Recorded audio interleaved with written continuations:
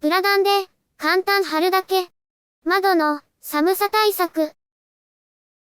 部屋が寒いと感じたら、もしかすると、それは、窓のせいかもしれません。冬の寒さと、結露対策のために、窓に、プラダンを、貼っていきます。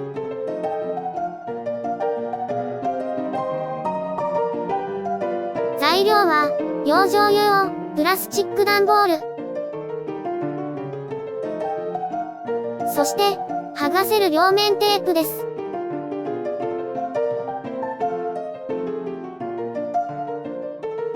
まず、プラダンを窓のサイズに切ります。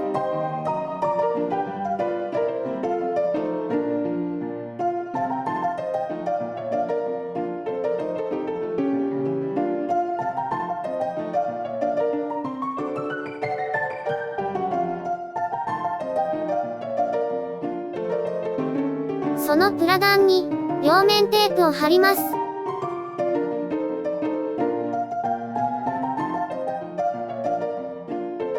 それを窓に貼り付けたら完成です。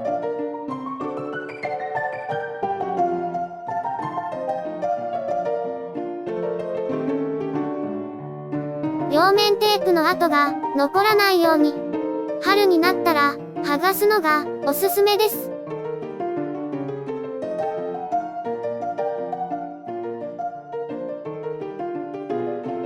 これで寒い冬でも少しだけ快適に過ごせそうです。